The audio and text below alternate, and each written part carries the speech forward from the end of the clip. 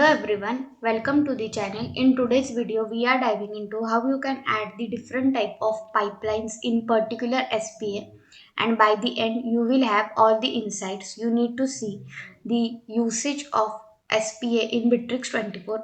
So grab a seat, hit that like button and let's get started.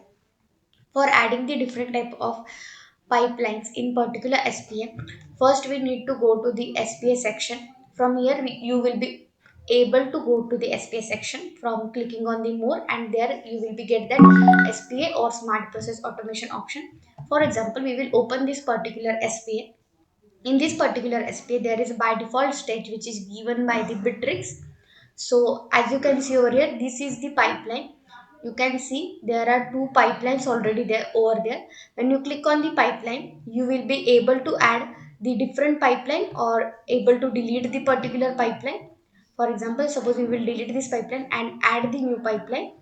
For example, you will be able to rename that pipeline testing pipeline for SPA.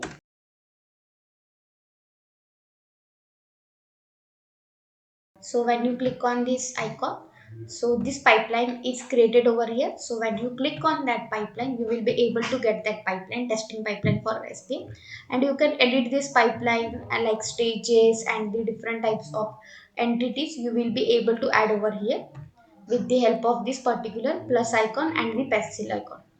So this is how you will be able to create the pipeline in the particular SPA. Thanks for watching. If you found this video helpful, don't forget to like, subscribe and hit the bell icon for more content. Drop your thoughts or questions in the comments below, and I will see you in the next one.